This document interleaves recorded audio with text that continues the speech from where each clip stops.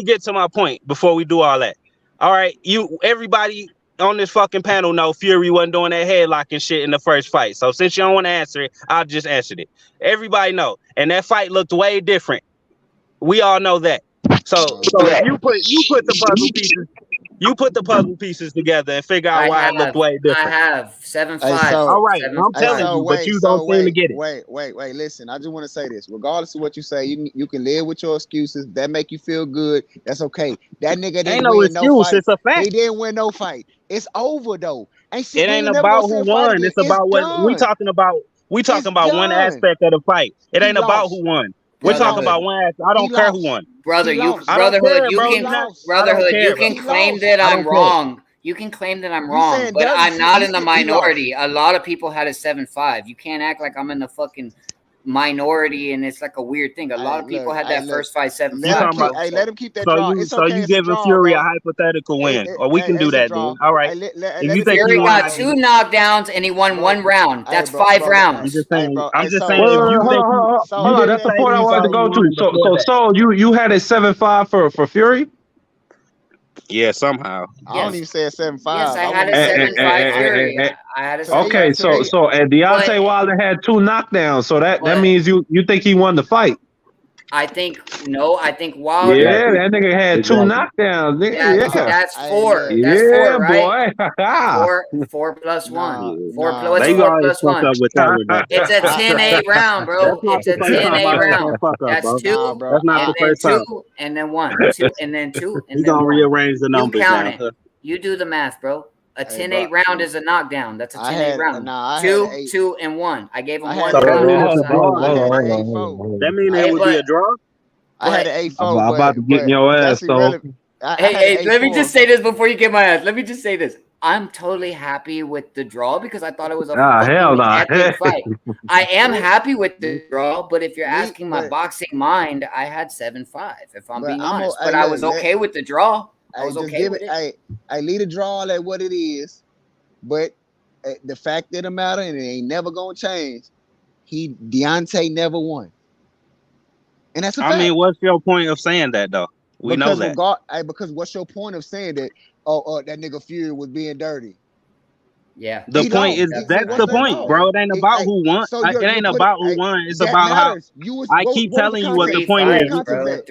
I keep telling you what the point is, but you're not listening. I've been sitting here saying it over and over that we talking about how different the refs the fights when this dirty shit is going on. So how do you not get the point? Tell me why does it matter? Tell me why did that matter in that fight? Them fights. Because that's what we was talking. We was talking about Fury wins first. I'm telling you. Do you need me to update you how we got here?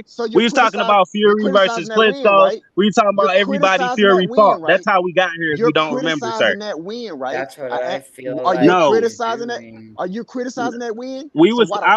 That's my point. We started off criticizing the Klitschko win. No. Okay. Wait. Because he wasn't holding Klitschko. We talking about Wilder Fury. Are you criticizing that win? Yeah, I made an example that Fury fought clean in other fights. Wait, please wait. I'm talking to the brother right now. Are you criticizing that win? Am I criticizing the win? No, but I'm telling you what the fuck happened that made. Bro, why do I gotta be criticizing the win to tell you what happened in the fight? Everybody saw the nigga. You're telling me. Hold on, bro. You asking me shit and you're not even letting me finish. Go ahead then. If you asking me shit and then you talking over me. I'm asking go. All right then. We was talking about the fucking fight and what happened in it. You're taking something else from it that we're not even talking about. So I don't know what you're trying to get here.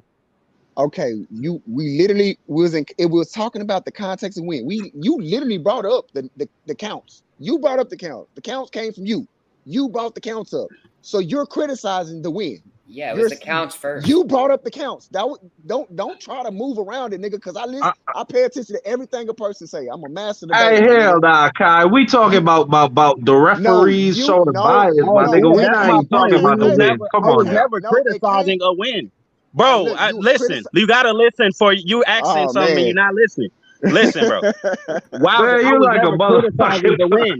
Hell nah, you like a politician. Answer that shit, brother. Answer that, bro. Can I repeat my statement? He asked me. I said, I think Wilder won that fight. So that's different from criticizing the win. I flat out said Wilder, he got a 25 count. So if that's not clear for you, what the fuck else you want me to say? Okay, so look. What else you want me to say? Hey, look. And why do you say that? He didn't get no. He didn't even get it. So it's simple. Why does that matter?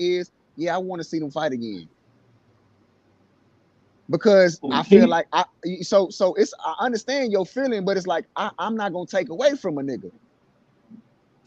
Bro, how? But you're saying, but you're the only person saying I'm taking away. I'm not taking away with my words. I'm not saying. I haven't said I'm taking away from it. You're saying that. I'm just saying what I saw in the fight. So that's your conclusion, bro. Hey, look, you making that's your conclusion. Is all that I'm saying. I'm gonna tell you why. You can think that though. Hey, look, you have excuses. So when I talk about Keith Thurman versus Danny, right? You're calling it that. No, look. When I talk about Keith Thurman and Danny, I'm not making no excuses to it. I just say I personally think that he won that fight. I'm not gonna make excuses to take away from Keith Thurman because Keith Thurman performed. He did what he did. He showed up. No disrespect. No disrespect, but how bad did that Wilder loss hurt? How bad did that hurt? I mean, are we serious right now?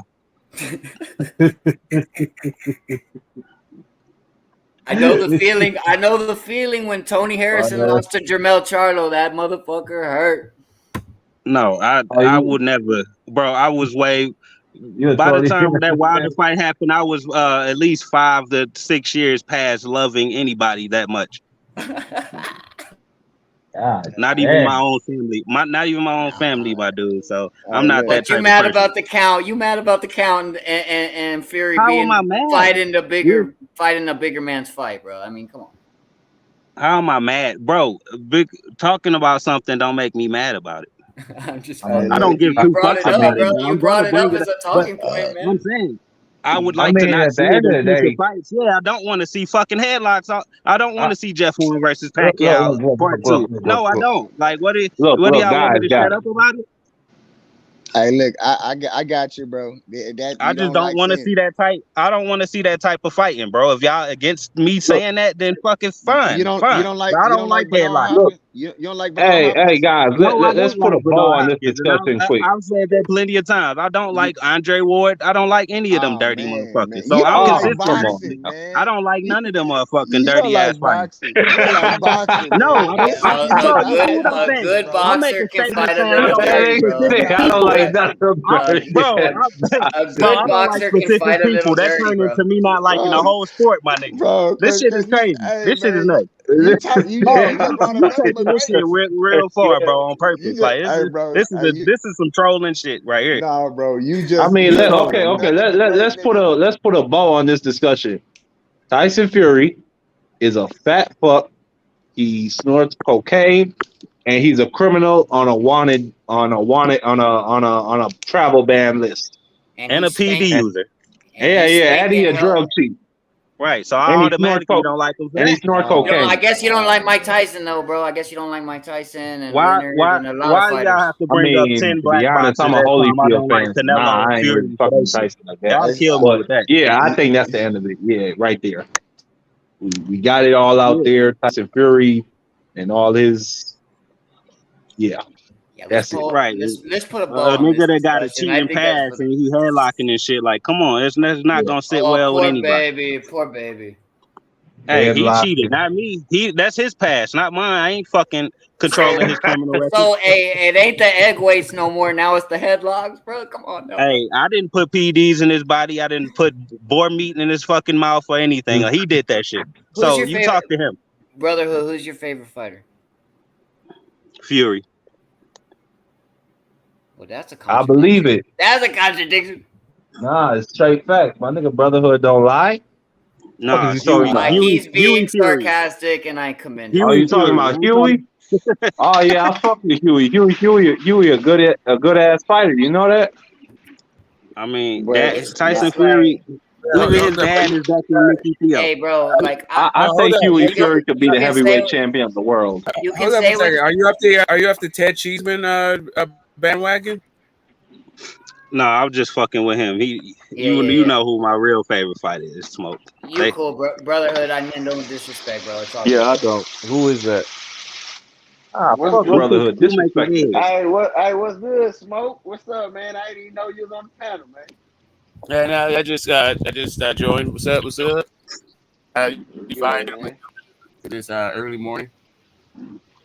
Yeah, hey, bro. Hey, look, I want to ask you a question, man, because we're gonna be talking about it.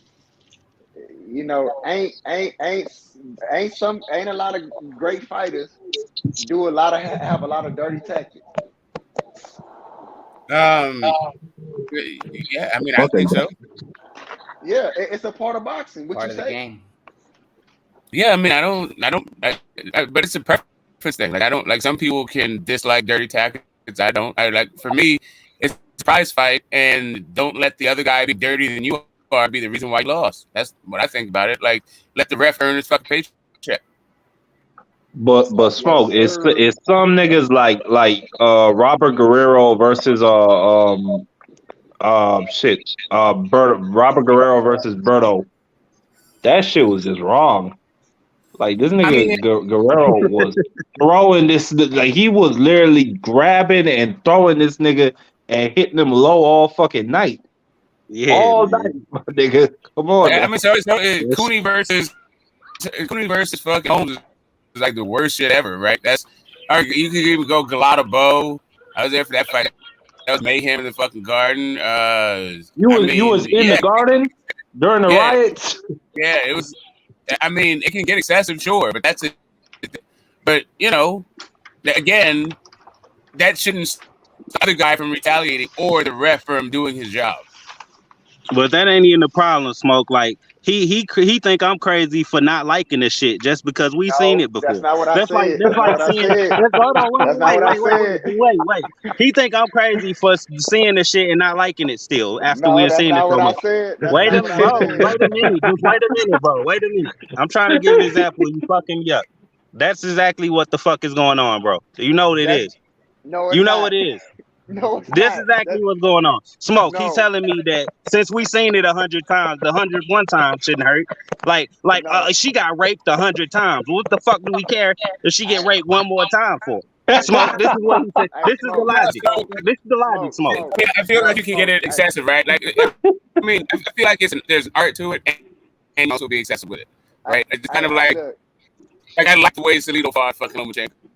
I like shit like that, but. Right, Also, like, Smoke. We done seen people steal plenty of times before, Smoke. So we should be okay with it. You shouldn't be mad when people steal from you. Let me say something. Hey, Smoke, we talking about Fury versus Wilder, and Fury putting his weight on Wilder. Yeah, he think I should be okay with Yeah, it my because boy I've seen it Stephen before. Bateman coming with that energy for Fury. Yes, sir. That's He why I put was Fury in the he's category. defensively He's responsible. putting Fury Yeah, in the to me, category. I'm He's like, putting Fury in like the if you don't category like of Guerrero. This Like he's dude's trying to get a, picture, Let me his hear what name, you say. everything hold suggests up. that he really don't give a fuck. Let me Yeah, hear what there's you gotta that. say. I Hold on. was talking Smoke. It take Hold a on, nigga that don't give a fuck to tell Let the Smoke truth. respond real Yeah. quick. Smoke was saying Facts. something. I Smoke. heard Smoke. Yeah, so I think Tyson Fury is a really dirty fighter. I also think it's on the other guy to fucking figure that shit out. Like I said, like And that's fine, yes, he's yeah. dirty as fuck, and he's been dirty. Like I don't understand. Like he's one of the dirtiest in the game for real. But Facts. you know, But yeah, Smoke, get the fuck out. Smoke. It's only on the other guy when the ref letting that shit happen, though, right? Oh man. Yeah. Right. See, dude. Right. See, you do, bro. So You it want all to get comes away with back that? to the. Hold That's on. my point. Y'all Smoke, want to act give me like 2 it's so seconds, normal bro. when it really Just 2 comes down seconds. to who's reffing it, which is I tried to make that the main point, but y'all wouldn't let me. Yeah, because listen to how Yeah, I mean, if the suggestive ref what doesn't you're happen, saying is. that's why Every if the ref is not gonna do his job, then it's on Wilder to not get fucking fouled. Like he need to do something All about right, that. but am every time. I crazy for thinking they purposely gave Fury a ref who was gonna let him do the shit? Am The I? truth I'm comes crazy for out, that too, bro. Smoke. Come Am I? on. You see what I'm saying? You see the reaction? It's They want to just act like a the mob ain't been in you're boxing and all that Which fight goofy you shit. talking about? The Come first on, or the bro. second fight? Y'all niggas or gotta the stop It's third. either the acting second brand and new, the man. third fight. I think it's either the second and the third. I mean, yeah, I'm the talking second about or the third. look. Smoke, this the point I made. I made the point that Fury didn't do none of that shit in the first fight. That was the whole point. And the Yeah, fight but in the looked first fight, way different. Look, Smoke, he listen. also got a The he also fight got a looked different way corner, right? different as well. No, Yeah, wait, because you he went gotta to hear this Crunk part. Gym. He went to Crunk Gym, and they said like, what you need to do is hit this dude whenever you can. Fuck all this boxing shit. You're the bigger man. Just brutalize him, and that's what they But went there still, and did. the Clunk Gym don't control the referee, do they? No, I mean that was on the ref. Exactly. So y'all got, we got all right, come I back think to you the forget. ref, man. I think you forget that in the second fight, Fury got deducted a point for fouling. Oh. And Yeah. not only that, what after how many headlocks? That's my point, Smoke. After 100 headlock, yeah, one warning. Yeah. You're I mean, making he was very lenient. He was very lenient with You're making Tyson an Fury. argument that has Well, holes in it. You're making an I argument feel like- that has but- holes in No, it, bro. I'm literally telling you what I'm Yeah, saying. you Brotherhood. are. If Fury has Wilder hurt, has Wilder hurt multiple times while he's fouling, like what course of action should Kenny Bayless take? Man, But like when you do it, you warn the guy for all of the fucking fouling. Like you earn him early, Yeah. and you warn him often, and then you take points. You get the first warning, second warning. Y'all just hating Right? on Why Tyson. did it take a million headlocks for the first warning? They just been sitting here hating on Tyson Fury this whole Yeah. month. Yeah, I think that's a lot of. You're not giving him his Oh, here we credit, go. bro. He's too dirty. Basically, see, they want to act like this shit didn't happen. Y'all delusional, man. Y'all acting like this shit actually didn't happen. You're delusional. AJ got his ass whooped by Ruiz, so y'all niggas just want to hate I'm on this nigga. delusional for seeing what happened. Brotherhood, you're not. There's more to these 12 I rounds. really don't give a fuck There's about more. Fury. No way, you know that. Brotherhood, there's more to that fight. There was more to that fight than a few hit. Credit. That's all Yeah, I'm saying. you know what I feel like. I like the Arthur Abrams fight and the Andre Ward fight. Like Abrams thought he was gonna just come in there and do the same shit he did to Darrell, be fucking hella dirty in there, and he ran into Andre Ward, who's just like, no, like motherfucker, if this is how you want to do, we're gonna cut outside the lines. I'll be right outside waiting for you. And like we can get into an alley street fight. That's all I'm saying to you. All my point is, there's two guys in there. There's two grown ass fucking men trying to win. Man, Brotherhood, Y'all Fury keep whipped his making it ass, black and bro. white when Fury it's not. whipped his It's ass, not bro, black and and you're white. not giving him no credit, No, bro. You're talking whatever. about he cheated, bro. What the fuck? Bro. Fuck out of here. You can talk about one fighter can do this, one fighter can do that. Smoke. The ref ain't gonna let the other fighter do that shit. That's the point here, Smoke. They only gonna let one fighter. They only gonna let the main fighter they want to win do that shit. So you can't tell the opponent. You can't tell the opponent to do the same shit when they getting ref the same. That's my whole. Y'all Let need H to talk, point. bro. He sound like he Let H whining. talk, bro. Stop He fucking getting chopped whining. down by He the sound one like point I made. whining. What are you whining about? Y'all can hear me now, though? Yeah, I can hear you. Yeah, so you got an Anthony Joshua fan on the panel that don't want to give Tyson Fury no credit because his boy AJ got his ass beat. So y'all niggas just hating and not giving this man no credit, bro. You know what I mean? Give the fighters their credit. He deserves it. He's undefeated. He's the #1 heavyweight in boxing right now. He beat Deontay Wilder. Wilder was the baddest man on the planet, bro. You know what I mean? Beat him 2 times. And then on top of that, he beat Vladimir Klitschko. And Vladimir Klitschko was a champion for 7 straight years. Fury was the underdog in that fight and beat him. Beat him easy. And then We know he just knocked the fuck out of Dylan White, and the motherfucker was all up on his dick because Joshua beat him, and they was hyping up Dylan White, and then he beat the shit out of Dylan White. You know what I mean? So Yeah, 8 years later. So I did not. Yeah, so the Vlad versus Povetkin fight was some bullshit, right? Like I didn't like that the way that fight was fought, the way it was officiated. It was some bullshit fight, the Vlad versus Povetkin, because of all the fouling. However, Povetkin could have also tried to do some other shit and not just be a rag fucking victim.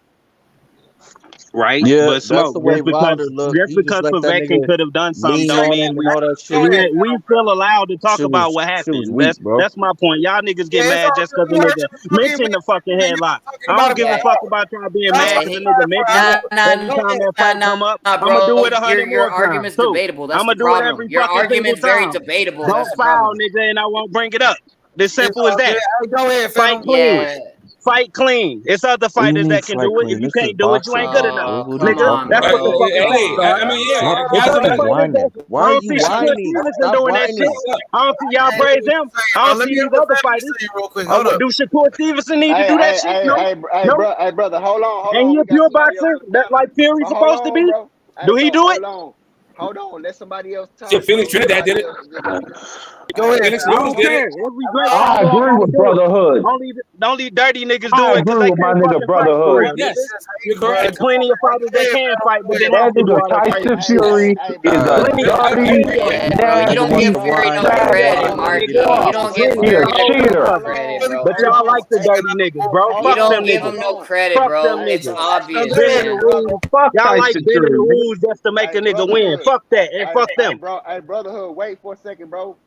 H trying to get somebody Go else ahead, to talk on fam. the panel. What I was gonna say is that even if Tyson Fury fought Usyk, I don't think Usyk is just gonna let him fucking lean on him all fucking night. He's gonna be moving his feet in and out, using angles. It's not gonna be Tyson Fury jab and hug fest. No, Usyk is gonna be elusive. He's not gonna let him just lean on him the whole fucking fight and tire him out. The ref will though. The ref will let him know. Nobody can listen. The ref will let him know. So here's the thing. But the problem is, what is he going to do once he grabs him? Because Usyk has not fought anybody who even kind of fouls. Everybody who he fights is clean as fuck. Chisora is a little bit outside the ring, but he wasn't really even rough. He couldn't fucking catch Usyk. But Fury's going to be able to catch him. He's going to lean on him. And what's Usyk going to do? Brotherhood thinks the earth is flat, bro. You That's just what I'm answered your own question. No, I didn't. I answered. Maybe He's I missed not it. going to be there to get hugged on. That's what I'm trying to tell you. Oh, okay, so you're just saying that it's never going to happen. So you're saying it's never going to happen. I'm saying that the guys he fought would never try to do it, and the only guy who would even fights kind of that way was old as shit in Chisora. And Fury gonna be the only nigga they let do that shit. So put it all together. That's part of the game. I mean, how much boxing have you watched, bro? It's part of the game, shit. It is, bro. It is, bro. You hit and take grab. a point from a nigga for that shit is part of the game too. Free job, nigga. Taking points for that shit is part of the game too. It is part of the game. It is part of the game, bro. Except they ain't done right though. They teach that shit in boxing gyms, bro. They teach that shit in boxing gyms. Illegal, nigga. It's obviously illegal. They wouldn't take points. So it wasn't a problem with Hopkins and Holyfield was doing that shit. Yeah, it was. It was a problem Jack Jackson was doing it. Like, Mike Tyson is well known. Mike Tyson's well known. You're the dirtiest fighter at anybody, and that's your favorite Fuck all fighter. them dirty fighters, nigga. I don't gotta like them niggas. Fuck them. They teach that in the boxing gym, bro. I'm Y'all sorry to niggas so tell you. I'm respectful sorry to about tell shit. you, Y'all but they niggas come here teach to watch that niggas shit get their in heads the torn boxing off, gym. and y'all want all this respect shit. Fuck that, Nah, nigga. you're crying. You're Fuck crying. that, nigga. And he get away with it all the time. I don't give a fuck who get away with it, nigga. Fuck all them. Nigga, y'all think I'm picking sides? Fuck all them dirty niggas. I don't give a fuck. Y'all say you can like him and not like him. I don't know. Like, we ain't got to force brotherhood to like people. right. Like, Right. Why niggas trying to make me like dirty fighters? Why can't I Go like watch clean golf, fighters? bro. Go watch golf, bro. Go watch golf, bro. And shit. You Cause y'all knocking, niggas you knocking respect them. niggas. You Fuck knocking. that, No, man. bro, Y'all you niggas sound knocking crazy. fighters, bro. Fury's a I gotta respect that shit. Fuck you talking about, nigga? Man, fuck Fury's them the niggas. best. Fury's the best Fight heavyweight, bro. clean or else, nigga. Else I ain't buying your shit. Don't whatever. lie, I mean, How many Mayweather you gonna fights miss did out you on a buy, lot. bro? They all, Yeah, I mean, there's all some are dirty in ACP. one way or another, bro. They're all dirty in one I'd love to way or miss out another. on Fury versus Klitschko. I'd love to miss out let on me a ask fight you like this. that. I have Yeah. a question. I have a question, brother. Has Wilder Because ever the been way a I bad see it, Fury gonna try and get in there and hug. Usyk just gonna hit him with a straight left in his fucking skull, and he not gonna like that shit. Okay, can I ask a question? Can I ask a question? Should the boxers police themselves, or is that the ref job? That's what I was saying earlier. It's the ref, I've been bro. focusing on the ref. They've been trying to take it off the ref. Well, no, you focus on dirty fighters. Exactly, man. No, I'm Fucking also what the focused fuck? on. Thank you. No, I'm also focused on That's who's why I'm- letting it happen. I'm also I got it, focused on who's letting it my happen. question, So let's my not question, do that. my Let's question not was do not that. about the ref at all. I mean, it was about the refs, but I'm just saying, like, do you think that fighters should be policing themselves, or should they leave it up to the refs? Oh no. I'm with you when you say that they should get back at him. Yeah, I'm with you there too. Like I thought Wilder should have made it a dirty fight for sure. He's stupid for not doing it. But like I'm with you there. There ain't no argument there.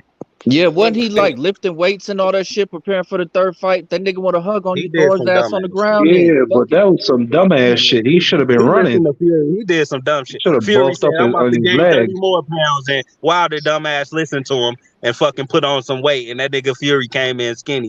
Hey, but look, you know what the I was funny like, thing is? Hey, look, the funny thing is Wilder was being smart for a little bit. He was taking the knee. But then that nigga stopped taking the knee. He was taking the knee every time little while when he held on him. If he would have kept doing that, he probably would have been all right. But then he just threw the game plan out the way. Nah, he was getting his ass whooped. I don't think that shit. Hell nah. He take a knee, that nigga might not get up. The way he was getting his ass whooped. Yeah, man. But shit, He wasn't getting whooped like that in that fight. You tripping? Man, that nigga was getting whooped, brother. We can't even say that. The second fight, yeah. But the third fight, nah. Man, after the 7th round, that shit was just a straight ass whooping. Yeah. In the second fight, yeah. The third fight, nigga. Yeah. Nah, bro. He wasn't getting whooped like that. He was getting mollywopped. Yeah, bro. And I fuck with Wilder. I give all respect and praise to the champ, but nah. Mollywop. What the fuck was Fury? Well, that's what I'm saying. If he was getting mollywop, what the fuck was Fury doing on the ground for 12 seconds? But somehow No. y'all I'm didn't just talking about between y'all the want to seventh see the and fight get ended when Wilder getting mollywop, but when Fury fucking unconscious, fuck it, let the fight go on. Like what the fuck? Man, This bro. shit crazy, you bro. making 100, bro. Why you making so much excuses, bro? It It happened. ain't no excuse. It's just It it's happened. the double standards. Like Wilder No, it getting ain't. mollywopped Yeah, when it's him. I'm not quite sure. I'm not quite sure why you can't just chop up what happened, and all of a sudden it becomes about the fans making excuses or being too emotionally invested in Wilder kind of shit. Like that kind of narrative is like I feel like it'd be like fucking unconducive. It's not conducive to boxing talk. It's just like it's troll shit. Actually, Yeah, it is. It takes the whole conversation to some kiddie shit. You right, bro. Listen, he geared it towards excuses. Y'all calling it excuses, nigga. If it happened, though, it happened. You can call it what you want. Hey, Smoke, check this out. The whole premise of this conversation is based off what he's saying about this fight. And what I mean is, we were talking about Fury, right? And Usyk. That was the conversation. And then all of a sudden, No. Wait, stop it. We was talking about a lot of shit, bro. No. We were Don't talking lie. about Usyk. We're talking about Usyk. You were saying that we were talking about. We started with AJ, then we went to Usyk and Fury. You was giving Usyk a chance, and then No, you we said that actually when he he fought, lying. we brought up Wilder. We brought up Wilder. We started with Crawford, my dude. No, we ain't talking about the whole fucking conversation. Exactly. Nigga. Yes, we started with Crawford. You're lying. No, we talking about heavyweight right now. I ain't talking about the whole Yeah, conversation. right nigga. now. You said what we started with. We started with Crawford. Everybody knows this. Bro, Clay, go. I got it. I'm following it. We don't get to get pedantic. I got it. I'm just saying, you Tyson Fury haters, the hate for Tyson Fury is unreal. It's unreal, bro. Clay, cook, bro. Cook. Say what you were saying, bro. Yeah, man, he can't get no credit. The man is undefeated. He just knocked out Deontay Wilder 2 times in a row, and Wilder was the #1 heavyweight in boxing. No, he was not. Yes, he was, bro. He was #1. Anthony Joshua got his ass won by Andy Ruiz, nigga. The fuck out of here. Joshua had 10 title defenses. Y'all niggas be disrespecting Wilder, bro. Wilder was a great champion. So who did Wilder beat to become #1? I'm sick of the disrespect for Deontay Wilder and Tyson Fury. Ortiz made him #1? Yeah, Deontay Wilder and Tyson Fury, they made the heavyweight division great again. I don't think so. Smoke, Deontay Wilder and Tyson Fury together made the division great again, Smoke. What was better, Wilder, Fury, or Joshua Ortiz? What was better, Wilder, Fury, or Joshua Ortiz? Up off of the promotion of a fight and get to thinking it's the best versus the best. Right. So bullshit. Wilder and AJ were #1 and #2, and then AJ lost. So yeah, he got knocked off, and Wilder became #1. Yeah, but Fury didn't beat AJ. So Fury beat Wilder when Wilder was #1. Did Fury beat AJ though? When he said Wilder was #1, that's all he said was Wilder was #1. Did Wilder beat AJ? I can ask the same. Did Wilder beat him? Man, listen. Fuck all this dumb shit y'all niggas talking about. AJ gonna take back them motherfucking belts. Fuck what y'all niggas talking about. Fuck Tyson Fury. That nigga's a fat fuck. Man, Tyson Fury ain't shit.